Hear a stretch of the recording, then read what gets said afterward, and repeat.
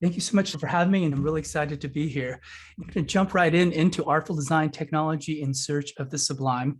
So yeah, well, that's me, and here I am in my office. And that's me, as Tanya mentioned, that's actually me on the John Muir Trail, right? Actually, north of Forester Pass. That was 3 weeks of just wonderful times being in the outdoors, very relatively low technology, but high on life. And this is where I work. I don't mean Memorial Church, but rather under those chimneys, way in the back of campus. That is Stanford's Center for Computer Research in Music and Acoustics. It's sometimes it's abbreviated CCRMA, and it's sometimes pronounced CARMA. And that's me in my office. In fact, that's where I am right now. What is it that I do? Well, I make things, I build things. I'm a tool builder. I make things like programming languages for music, VR experiences for music, musical instruments, as well as artificial intelligence systems with humans in the loop. I'm a designer. I'm a maker of tools. And code still remains, I think, my primary craft. I was a computer science undergrad as well, and also my PhD was also in computer science. So I'm really come from kind of an engineering background, and of course my home appointment at Stanford is in music. For my dissertation in grad school, it was a programming language for music called Chuck. And by the way, Chuck is open source, it's freely available. You can download this and start coding away, and within minutes, you can start making some great leaps and beeps and boops. And I always like to only half joke this language crashes equally well in all commodity operating systems. So if you like, give it a whirl, chuck.stanford.edu. Also, I direct the Stanford Laptop Orchestra. At the end of this talk, I'm going to put some more links into chat to invite you to the Stanford Laptop Orchestra's return after a 3-year hiatus to Bean Concert Hall. And that will be on June 4th at 7:30 p.m. with a 6:45 pre-concert talk. And that is free and open to the public. And so, in fact, there it is. Thank you, Athena, for putting that link into chat. And I'll talk more about the Laptop Orchestra in just a few minutes. I also direct the Stanford Virtual Reality Design Lab at CARMA, when I'll talk more about that as well. And a few years ago, I wrote this book. This is Artful Design Technology in Search of the Sublime. It ended up being a 488-page photo comic book about, well, as Tanya said, it's about technology, our relationship to it. And it's really kind of a manifesto on how we might shape technology, certainly not for technology's sake and not even for the sake of necessarily to be functional and useful, but rather to ask the question, how do we live with it? How do we live with technology? So it's really kind of an aesthetic manifesto, as is this talk. And really the 3 questions that pervade artful design as well as this talk are going to be the following. 1, what is the nature of design? Who designs? And the quick answer to that is, well, we all design. I think that whenever we try to intentionally shape the world around us with some outcome in mind, I would call that design. So in a very real sense, all of us are in our own ways kind of the architects of the future that maybe all of us that each of us might want to see.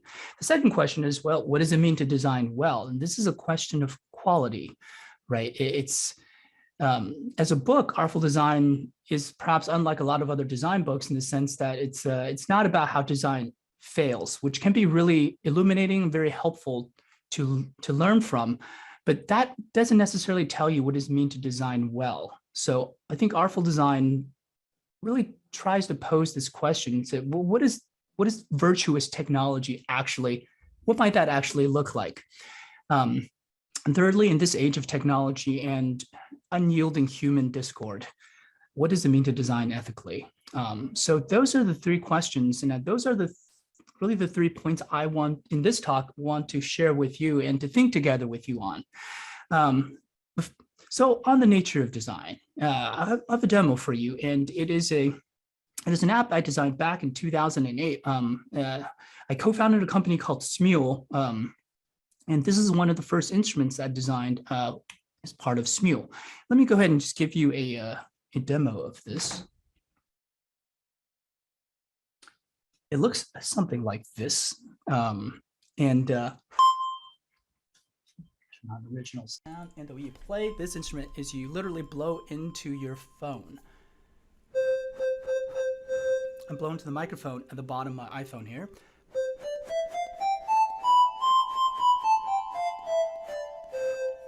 And you can kind of, as you can see, I'm controlling pitch using the different combinations of these buttons that I'm pressing on the touchscreen. And vibrato is controlled by the tilt of the phone. So if it's flat, you don't have a lot of vibrato. But as you tilt down, you'll get more and more vibrato.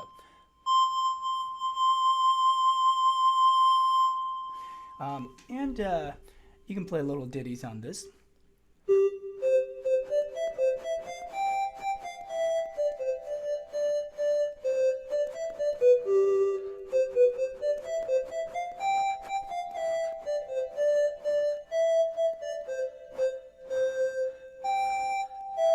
For example, right? And it's a thing you're not going to pull out, I don't know, when you're waiting for a coffee in line or waiting for your food to arrive, or just sitting in your room and I don't know, you want to just play a little ditty on your phone.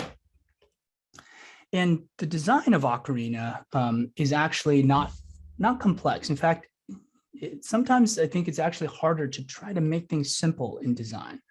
So in this case, here you can see that there's actually no shell of an ocarina. There's no casing of ocarina displayed here. It's just the functional elements of the instrument. You see the blue kind of buttons or the finger holes, and the green waves actually visualize the breath as you're blowing into the microphone on your phone. All of this is actually to kind of support a kind of, I think, an aesthetic statement about the design of this thing, which actually functions as an ocarina. And I think that statement is that when you're playing this app, your phone isn't just emulating an ocarina. Your phone at that moment has become an ocarina, really. It's become a kind of a physical device. And physicality is really important to this app because usually, we use our phone kind of like that or like this. But in this case, you're asked to literally hold your phone as you might a sandwich and blow into it.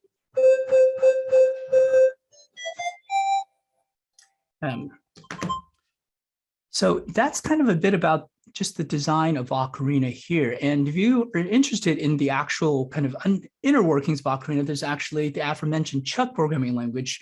There's a number of Chuck scripts that's running in there that's synthesizing the sound in real time, taking into account the breath input, accelerometer input, and the multi-touch input to control various musical parameters in the actual synthesis. The sound is actually generated live. There's nothing recorded about the sound that you're hearing coming from out of Ocarina. And I think a good question, actually, at this point that we might ask, and it's a design question, is like, well, is this an instrument? Or do we think of this as a toy? And maybe I'll pause here, and I want to encourage everyone, if you want to make use of Zoom chat and to feel free at any point in this presentation, just if you have a thought, an idea, a question, feel free to put them into Zoom chat. Over the last 2 years, I've turned into kind of a Zoom streamer. This is how I give talks and how I teach. So I'm always have an eye open on the chat. So I see someone says, it's not a toy, it's a real musical instrument. Braxton says, it seems like an instrument you play with. Haha. Someone else says, it's a tool, instrument, exclamation mark, especially if it can be used for making music, hopefully, and Zelda songs. You can definitely play some Legend of Zelda songs on here. We're actually gonna hear that in just a moment. It's a Star Wars-like instrument. So, and also nothing wrong with being a toy. All of those are really thoughtful answers. And I don't know if there's a right answer to this. I don't know if there's a wrong answer to this, but I think it, just like we're seeing in chat, it really depends on how you look at this. Perhaps you can say it is an instrument if you can make music with it. And I would also add, maybe it's an instrument if you can make music with it, but also learn to get better at it. Kind of like a flute or a piano, right? Or like a non-iPhone, non-digital ocarina. These are things you can play and practice and learn to get better at, to be more expressive at. If that's the case, we might call such a thing an instrument. But what about a toy? Well, what makes a thing a toy? Well, some might say a toy is a thing you play with. By the way, you play with both instruments and with toys, but a toy is a thing you play with for fun because it's playful. And it's a thing that if it's playful, it means you're doing the activity not because you want some outcome. You don't want to walk away with some outcome. You're doing it for the experience of doing it.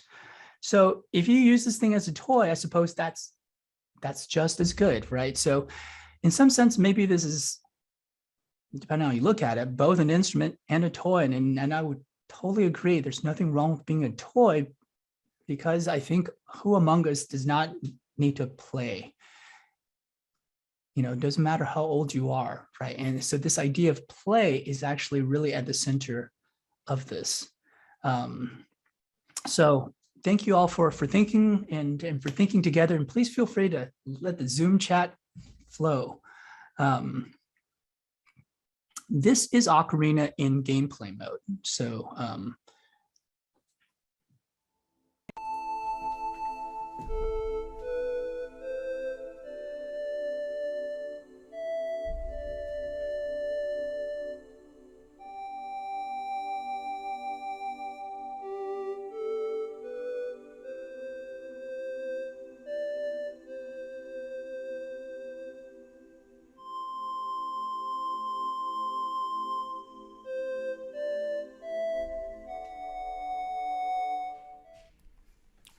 So in this case, we actually see a couple of things in the design.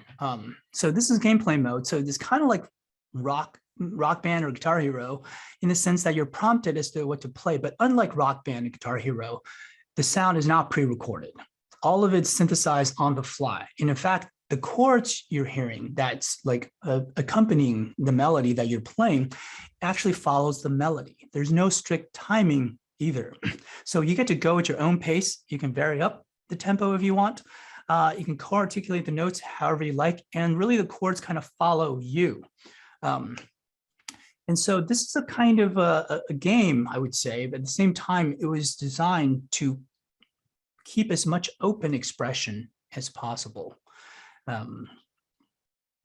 So yeah, so the name of the app is Ocarina, and I think you can still find it for free. This is an app that's really pretty old.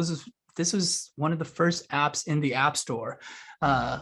Designed it back in 2008. It was actually the #1 app in the world for about 3 weeks in November of 2008. And it's actually in the Apple's first class in the Apps Hall of Fame. So it has more than 10 million users to date. So I think it's like a super old app as far as apps go. Now, before we talk kind of about the social dimension of Ocarina, I think, here's another question for you. That's a design question. It's an artful design question. Why was this designed? Right. Why was something designed, I think, is an eternally good question. It means you got to kind of look at the function of the thing, but you also got to look at who is it designed for. And you can get to look at kind of like the motivation and the motivation behind the motivation sometimes, right? What do y'all think? Why was this designed? Because, I can tell you with great certainty that this was not something that anybody asked for, nor does it seem to solve any like practical problems that seem to exist. And yet we put all this effort in design and engineering into designing this ocarina. So why was it designed? And I suppose the answer also depends. It depends on how you look at this, but I can tell you as a designer, I can tell you why this is designed. And it really was not designed to solve a problem. It was not like we took a poll. We're like, hey, people, we're building an app. What should we build? What do you need? And people are like, well, we need to blow into our phones to make music. No, that didn't happen. This was designed because, well, quite simply, we thought that music making is a good thing and that there's a potential for this app-based smartphone, which was just coming online back in 2008, to be a goodly democratizing kind of a tool for people to play with music, not just to listen to music, but to like actively participate in a participatory way and in an active way, actually engage with music, however simple and non-professional it might be. So in short, I would say this could be a form of what some would call values-based design, meaning this is not something you design out of a clear and present need, as you might think of engineering and design, but rather this is designed because we deeply believe in something. In this case, that something was music making. It just seemed to us that music making does a person good, whatever form it might take. And we wanted to create something that added to ways that you can make music and in different contexts of everyday life. So that would be my answer as to why this was designed. Is not out of need, but perhaps out of a kind of a deeply held belief about something, and that was music making. And there's another dimension to Ocarina, and that is a social dimension. So in Ocarina, you can listen in on other people blow into their phones around the world.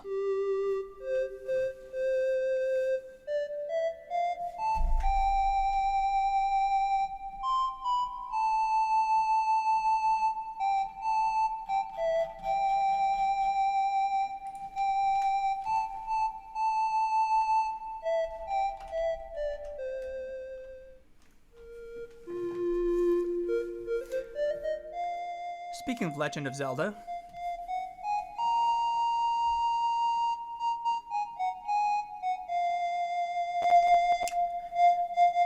yeah, you know, who is that playing Legend of Zelda from Indonesia? And well, I would say this app was designed to not tell you, right? And that's also design. Sometimes design isn't about what you put in, but what you intentionally leave out. There's no, like, this is what we might call an anonymous social network based on music in the sense that there are no profiles. There's like no like way to interact except just through listening to other people, but the location is visualized, right?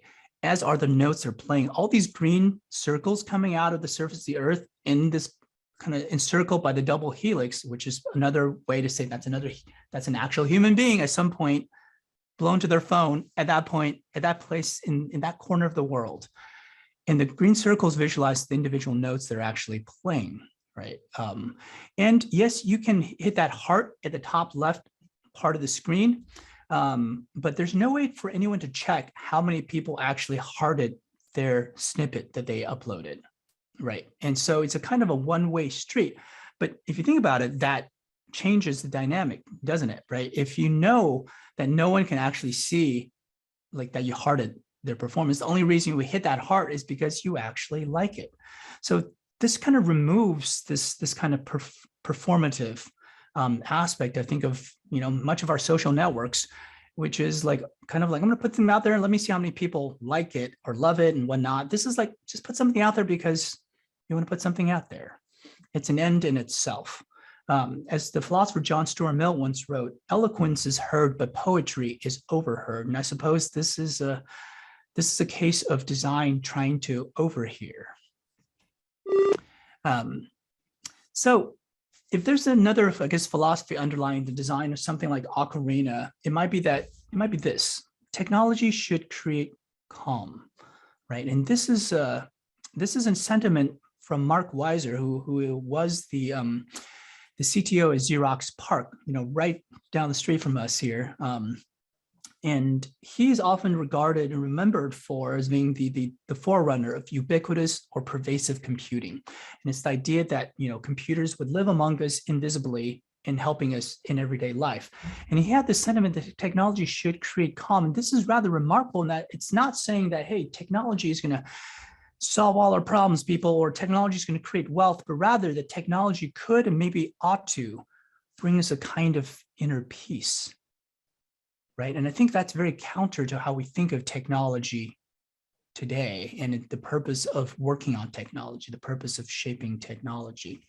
And so actually on that score, I want to share with you a review that's actually left for Ocarina in the Apple's iTunes store back in 2009.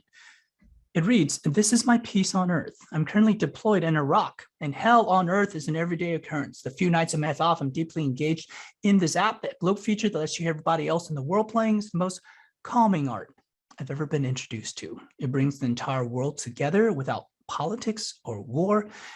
It is the exact opposite of my life." Needless to say, you know, we built this app because it was a playful thing. It was a whimsical thing, right? And wanted to be a musical thing. But this was very humbling, of course, to us as the creators of this app, because it seems like whatever Ocarina is, it seemed to temporarily bring like just a small moment of peace to like another human being in a very like violent and harrowing situation. And so maybe from this, I think we get back to this question of artful design. I think the question is, what makes design artful, right? What could virtuous technology look like? And how do we know if it's virtuous? Well, I'd say that maybe good design is useful. That I don't think anyone will argue with, is that good design enables us, but great design also seeks to understand something about us. But what if that was the role of technology in our lives? Small, large, in every shape and form. What if that was the role of technology? To also afford a kind of human understanding. And, you know, this doesn't seem so far-fetched, even though it is certainly not the norm of how we think about technology, but think about your favorite song, your favorite movies, your favorite interaction with another person. These are things that I would say that get us, that grok us, right? They get us who we are, maybe who we were. They get our relationship maybe between us and another person so deeply that we feel like we could have made that thing, even though we didn't make that song or make that movie or create that tool. But what if tools could afford some kind of humanistic understanding? And that, I think, is Artful Design's like response to, I think, the question, what makes design actually artful? It isn't necessarily to use technology to make art, even though I'm all for that. It's to think about the tools in our lives and how they go about how they make us feel, right? And so this is actually the Artful Design Manifesto. And it reads, "In our age of rapidly evolving technology and unyielding human restlessness and discord, design ought to be more than simply functional. It should be expressive, socially meaningful, and humanistic. Design should transcend the purely technological, encompass the human, and strive for the sublime." Sublime design, you might be wondering, what is sublime design then? Sublime design presents itself first and last as a useful thing. But nestled within that window of interaction lies the novel articulation of a thought, an idea, a reflection, an invisible truth that speaks to us, intimate yet universal, purposeful without necessity of purpose, and leaves us playful, understood, and elevated. It is a transformation so subtle that it escapes our conscious grasp, but that once experienced, like music, we would never want to be without again. Design should be artful. That's the manifesto, which you'll find at the beginning of the book, Artful Design. And in fact, I'm going to actually put a link in here that actually has just the manifesto in case you're interested. Into Zoom chat, it's artful.design/manifesto. And I think really what it comes down to, the way then to evaluate design or the shaping of technology and the shaping of anything with intention around us through an artful design lens really comes down to this. And it doesn't matter if you're making the technology or if you're using the technology. This is a way to think about what makes design. Is this design really artful? And I think it really begins with this question, how does the experience make you feel, right? And yeah, if it makes you feel happy, make you feel delighted, make you feel joyful, those are good things. And I'm all for sparking joy. But I think it can go beyond that, right? I don't think the soldier who left the review about Ocarina was feeling joy or delight. That doesn't quite capture it.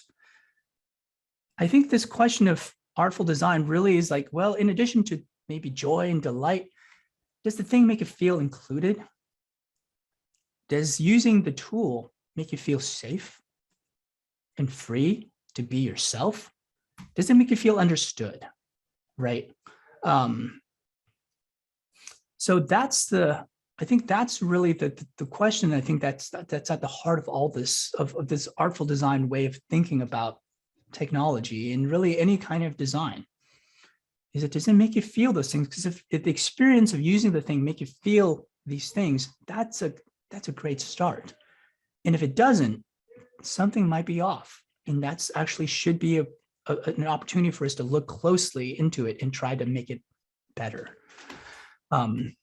So it's this kind of ethos that we have in really designing everything from instruments in the laptop orchestra, which, by the way, here's a bit more about the Stanford Laptop Orchestra. We're an ensemble of humans, laptop, and special hemispherical speaker arrays, one of which you'll see Kelly here performing with actually on her lap. She was actually using this as a trumpet. Her coat is actually sitting on top of this as a kind of improvised trumpet mute. But these speaker arrays, their function is to keep sound local to the instrument. And here we see actually this like a single laptop orchestra station consisting of a laptop on the right, an audio interface, sitting on a breakfast tray. That's from IKEA, by the way. Humans sit on meditation mats and pillows, and a hemispherical speaker array on the left keeps sound local to the instrument. And the reason it does that is to really remutualize the sound with the person and the instrument that's making it. So it's very easy to make sound with a computer and have sound coming from like speakers around the room or even in a different room altogether. This is more like if you play like, I don't know, like a ukulele, like a traditional acoustic instrument in the room. The sound doesn't naturally come from the speakers around the room. The sound comes from the artifact that's that object. So again, it's about physicality. And here we're trying to keep the sound local because you know what? Humans are physical beings, right? We might spend a lot of time in virtual contexts, but we're still physical, right? And that's how it's how we move through the world. So this is trying to use the computer for something that's like, what community instruments can we make, but not trying to throw out what might be so important about traditional acoustic instruments, among which is their sonic presence, their physicality. And so we're trying to preserve that while exploring new possibilities for computers. And by the way, these are the speakers we ended up building for the laptop orchestra. And by the way, we built these out of IKEA salad bowls. We kind of make our own, a lot of our own equipment. This is 11-inch Blanda matte salad bowl. I believe IKEA still carries them. And we drilled holes in them, put car speaker drivers in them with amplifiers, and they're powered and mapped to each laptop. And so that's kind of how we perform with this. And I'm just going to play like just a snippet of one of the pieces for this. In this particular piece, the players are using an interface that tracks the location of their hands, but they're kind of making this gesture that's kind of pulling the sound out of the ground. So let's take a listen.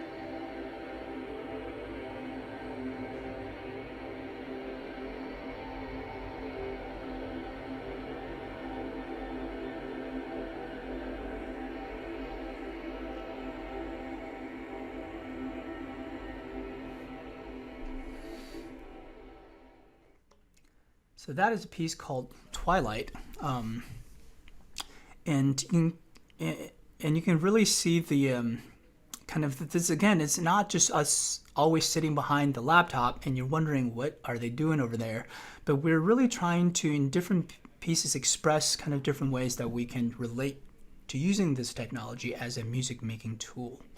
And to date, the Stanford Laptop Orchestra has premiered, I think, over 300 different musical instruments and pieces.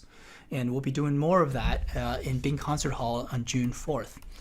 And by the way, here's for something completely different, but also a laptop orchestra instrument. This is the laptop accordion.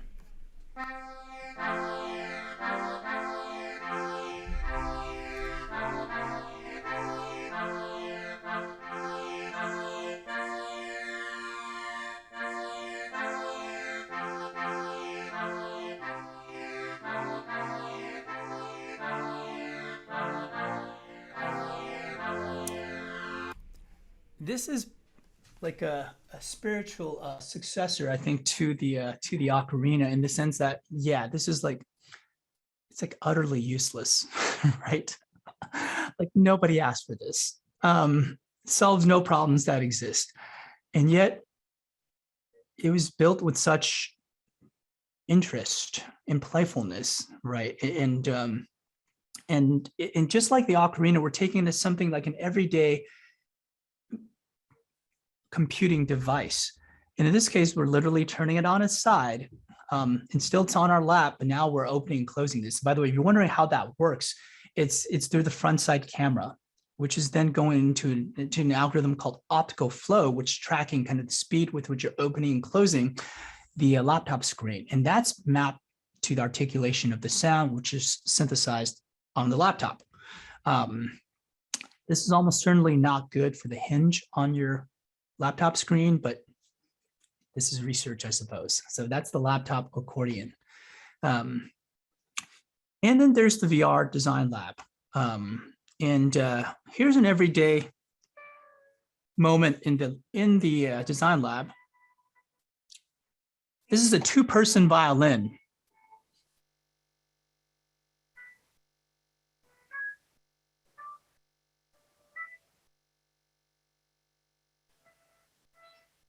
That was Kyle and I for the first time trying out this two-person instrument. Kyle's in VR, and he's actually manipulating a one-string violin, while I'm, of course, the bow. And the VR sensor is tracking absolute position and using that as a way to kind of gauge the velocity of movement, and that becomes the bow pressure. Sometimes the sound may not become through. I'll make sure to turn the original sound on, make sure that comes through for the next demo. And we're tool builders. So we've actually built tools like Chuck, the aforementioned Chuck, for Unity, in a thing we call Tunity. And in the following demo is something that's made in Tunity by my PhD student, Kung-Woo Kim. And it's a musical city. In this musical city,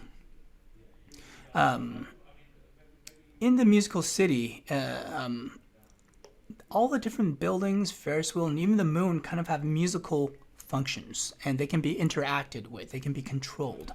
So it begins really, when dusk falls, and we can basically start turning on the buildings. I hope the sound is coming through now. All the music is algorithmically generated.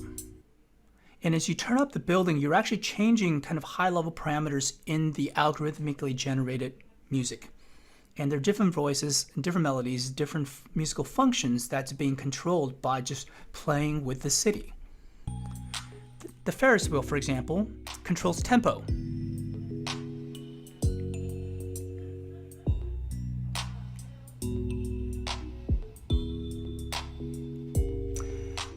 There are planes, there are automobiles, and they're all part of the soundscape. And when things really get going, we're gonna go to the moon.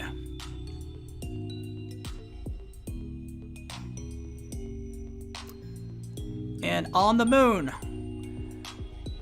there are rabbits, and the rabbits are making rice cake. And from the concoction is going to come a musical chord train.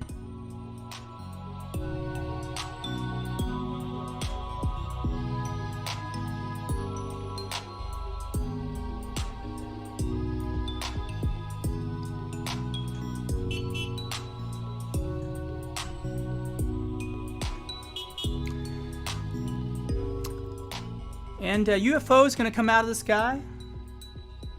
They're not here to hurt anybody. They're here to play music together in a UFO marimba band.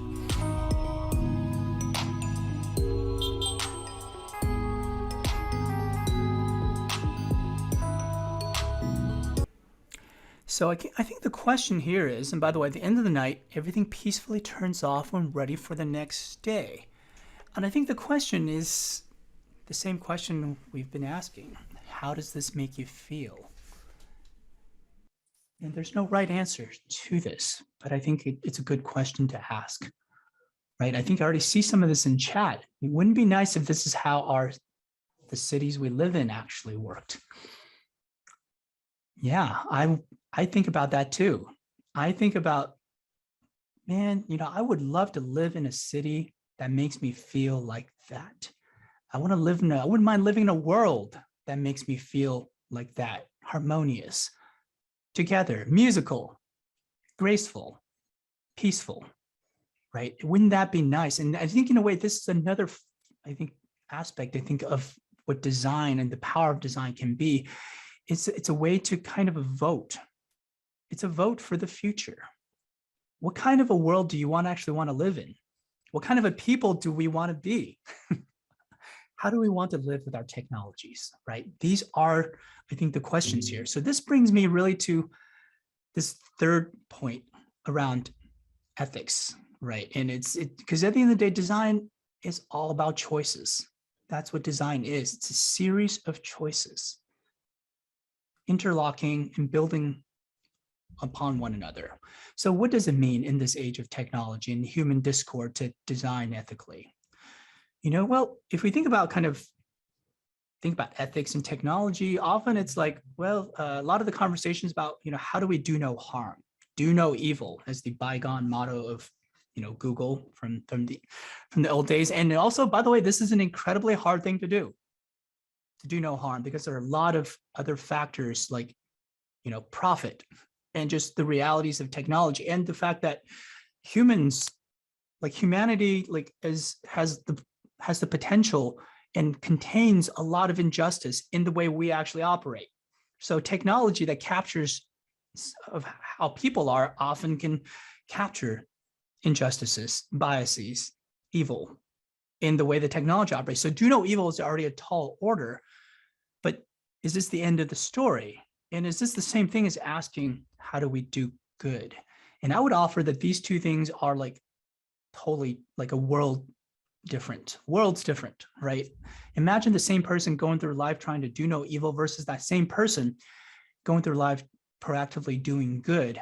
I would say the outcomes, whatever they may be, could be drastically different. And yet, I think in Artful Design, I think the ethical question, of our time is maybe the following: how do we want to live with our technologies? And I think through our technologies, how do we want to live with one another? I think that is both an ethics question as well as an aesthetics question, if you think about it, right? If you go think back to that musical city we just witnessed, just experienced, right? How do we want to live with our technologies, with our cities? And how do we want to live with one another? I think that's the question. And I think it goes well beyond do no evil, even though it should definitely contain do no evil, but that is necessary, but maybe perhaps not sufficient.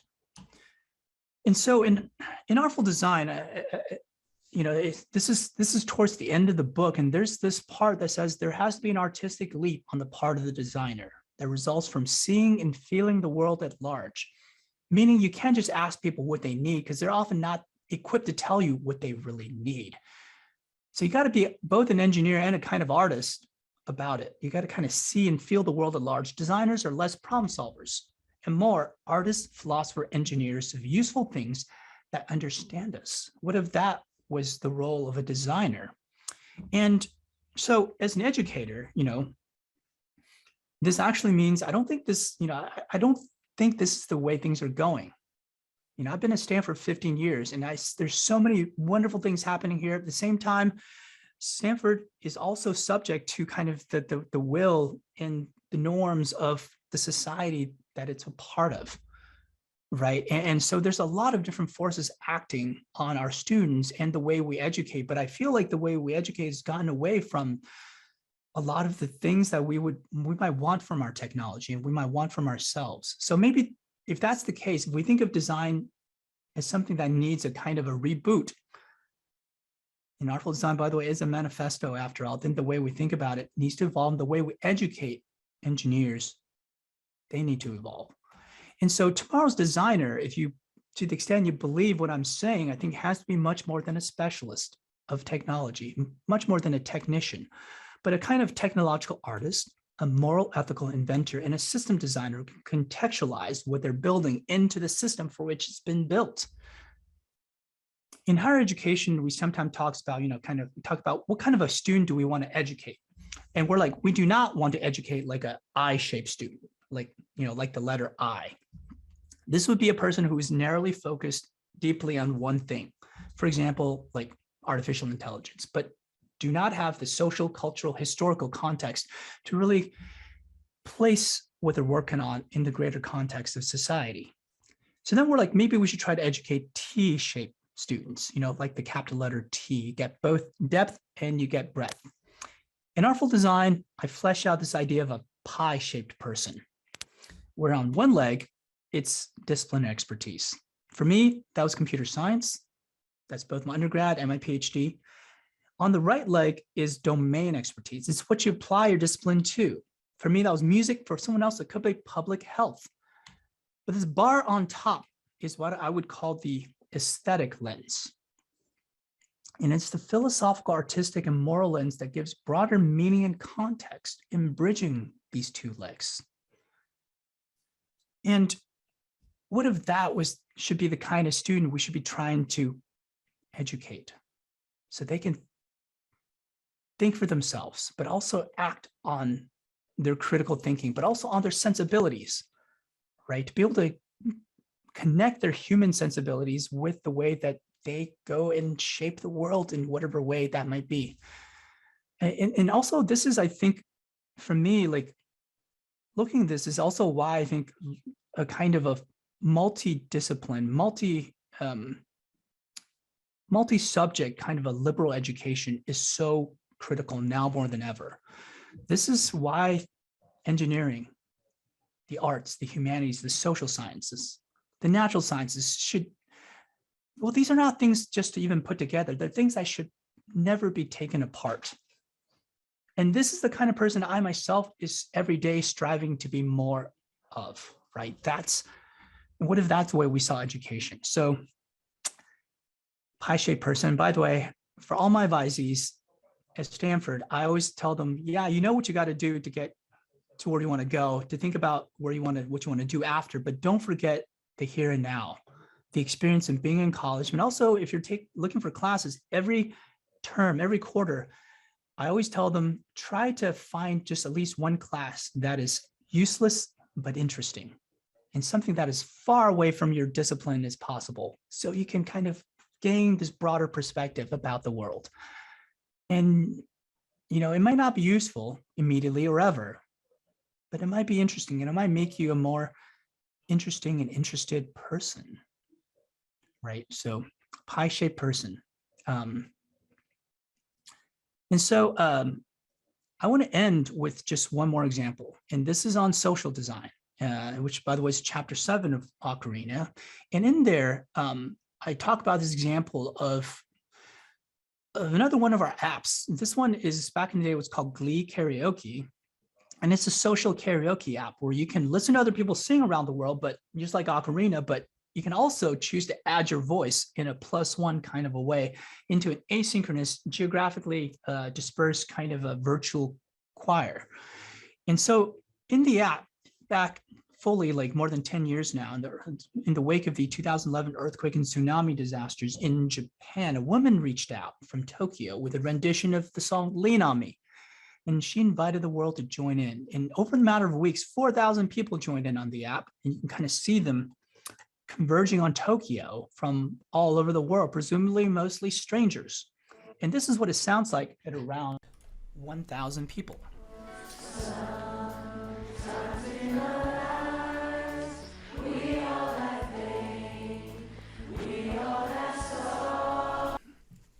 Yeah, that's technology. When technology really works, like it really works, right? It's actually the technology that seems to disappear, even though this could not have been done without technology. And when technology disappears, you're left with a residue. There's always something that remains. And I think you would hope that what's left, that residue, is a good thing. That's the hope. And I think the question is, how do we design towards that? And that is, I think, well, that's artful design, right? And so in Artful Design, and we'll put the link for the website and also the book in case you're interested in checking out this 500-page comic book about how we might live without technology, but also kind of using music as kind of a vehicle for exploring this. Yeah, it begins and ends with this sentiment that what we make makes us. The things we make, the things we shape, whether they be a tool, a toy, or a policy, community guidelines, organizations, how we make them, how we shape them, come back to shape us as individuals and as communities and as societies. And if we are aware of this, can we take this into account in how we design in the first place? And if we did that, could we design better?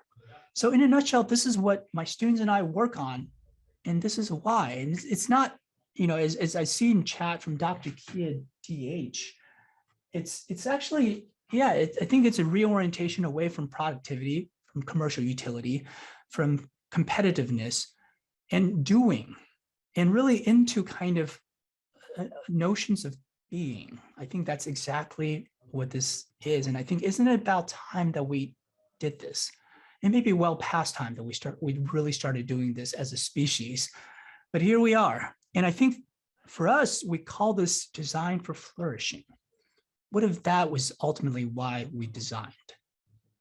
And I think if we talk about design for flourishing, the question is always has to follow with who flourishes. Is it the few or can it be the many?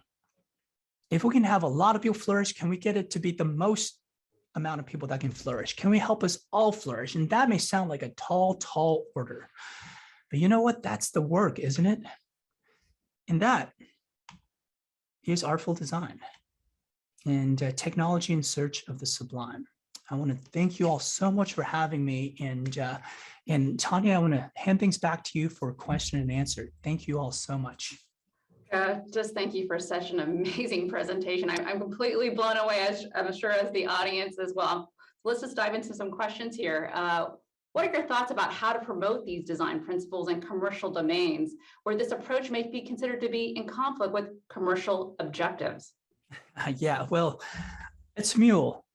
I think I feel like I definitely witnessed that, experienced that. I mean, I became capitalism for a while. Then I think I ran up against it for it is difficult. I think we're in a time where honestly, it is hard for the virtuous to survive in a commercial context.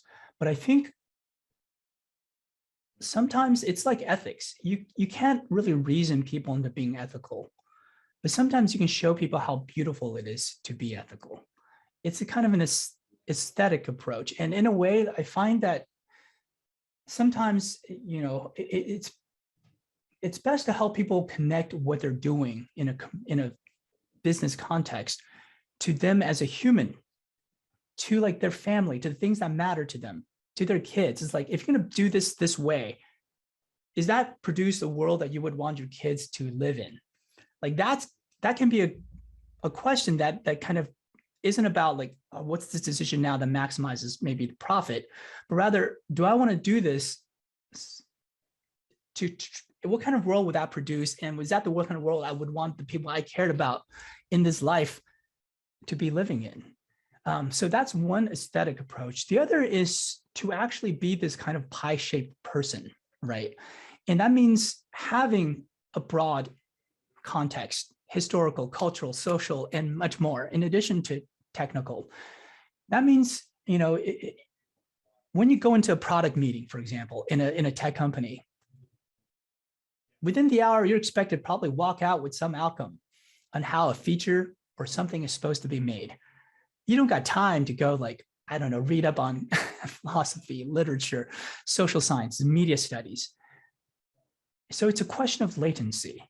But if we can always strive to be more of a pie-shaped person, then I think we might be more ready to go walk into that meeting and actually help our teammates, team members, to actually think through the question on various dimensions, not just kind of the business one. The business one's going to matter because it is going to be a business, but it can't be the only one. It cannot be what's sufficient, right? And we have to remind people there are these human dimensions. And this is me from having like someone who was an accidental entrepreneur for many years with Smule, who took venture capital funding, who's a co-founder of a startup. And so it is difficult, but it's so worth doing. And the third thing I will say real quickly is an educational one. It's related to the pie-shaped person. And this is, for me, I have no idea how to change the system. I really don't. But what I can do is I can do my very best to kind of help the actors within that system, meaning my students who are going to graduate and go out into the world and shape it in whatever way they're going to shape it.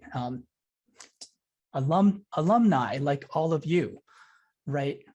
If I can help students to think for themselves, to connect their sensibilities with whatever their work is, whether that's in public policy, computer science, anthropology, media studies, or history, I think all the better. And I just believe that if you don't know how to change the system, if you can't change the system, you can do your best to try to elevate by any amount the actors in the system.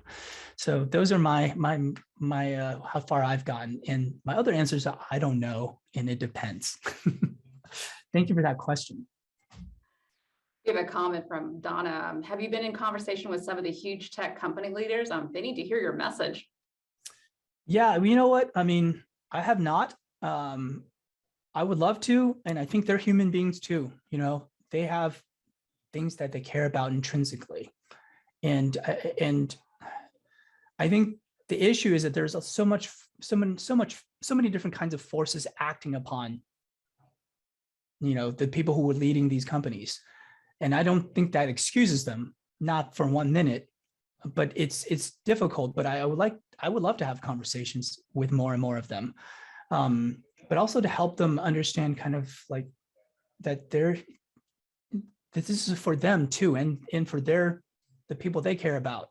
But also it's just, if you're going to put some technology out into the world, if you're going to do something for the world, you also have a responsibility for everyone that the thing you make touches. So it isn't just the people you care about. It's the people that you never meet, right? That's out there, that who's going to be affected by the things you build. And how do we develop that sense of responsibility? And again, for me in Artful Design, it's through more of an aesthetic channel rather than I think reason is you know, has its limits. And at some level, people are like, we're just making too much money to care, right? I think that's kind of what's been happening, honestly, like in the world and here in Silicon Valley. So I think it's a multi-pronged thing. And yeah, I would love to talk to them. And they're, like I said, they're human beings too. Hey, do you have like a favorite Artful Design product right now that you like, and why? Oh gosh, you know, I mean, their Artful Design things are not actually that common, right? They're not like, if they were, I wouldn't have written this book. I think there are things that search for the sublime. But they are, you know, this is not a new thing, but here's something that I found to be sublime and beautiful in a tech tool. If y'all remember Yahoo, the search engine? You might remember in Yahoo, there was a feature where if you try to search for something, Yahoo, like we have nothing corresponding to that topic, it would actually have a list of its competitors, Lycos. Like the meta search, and there's like a list of like 6 like its primary competitors. That was so actually like that simple gesture, like for one, you'd be like, wow, who does that anymore? And the answer is no one, because, you know, that seems like you're kind of sending your business to your competitors. Who does that? But yet in there showed kind of this ethos of Yahoo. as a company, as a tool maker, as a media company. They're saying, well, if you came to us looking for information, if you can't get it from us, here's who you might get it from, right? And it's what it means is that people are not tools. People who come to use your product are actually should be regarded as ends in themselves. They're not tools for companies to extract values from. And so in a way, like, it's not like we never had this. We had this once at the kind of the early days of the internet when people were kind of really building it by hand. Yeah, so that would be like, in my mind, like, I'm like, what are some of the artful things that have been made? That was artful back then. And there are other things that I think Yahoo and companies like Yahoo build, like mainstream products, that often in retrospect was like, dang, that was super artful. We have time for one more quick question. We have a question from Amy. What would you recommend for someone who has minimal coding skills, but very interested in incorporating AI, ML into music and performance art? Oh, it's a good question. I'm actually teaching a music AI class at Stanford next year. But I might even be teaching like a maybe a continuing studies class as well in the near future. But those aren't here yet. Or else I would be like, take those. There are more and more tools that are high level that, that doesn't require a lot of coding to actually use. And I think the hard part about AI in anything is not the coding. It's always like the philosophy, the ethics, and the aesthetics of like, is this thing that we're doing even a good idea? Should there be limits? And how should those limits express themselves? And, ultimately, like, does it help us flourish or does it not? And so I actually, in fact, I'm going to put another link into chat. And it's actually an article I wrote for Stanford Human-Centered AI Initiative. And it's on, it's basically artful design applied to AI and thinking about how we can incorporate meaningful human interaction into artificial intelligence systems. And I think the question is, instead of thinking of AI as kind of the removal of human interaction from the task that we might want AI to do, what if it was instead kind of the selective inclusion of human curation and interaction?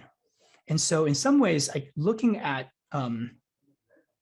this question of AI plus human computer interaction, HCI, actually, I think is a really wonderful topic that the world, I think, is really undervaluing. And for this, I'm going to put one more name into chat.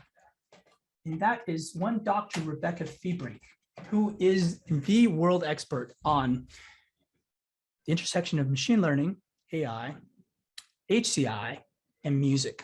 Like, she is like the world expert, Dr. Rebecca Fiebrink. I put her name into chat. She is a senior lecturer in London. So she's a professor there, and she has actually online courses that are really created for artists interested in using AI. And she's one of those people who I'm like, whenever I come to a point of ambiguity, she's one of those people I think about. It's like, what would Rebecca do in this case, right? And so I wholly recommend checking out her work and her courses. That's my blanket suggestion to anyone wanting to know more about kind of music and AI.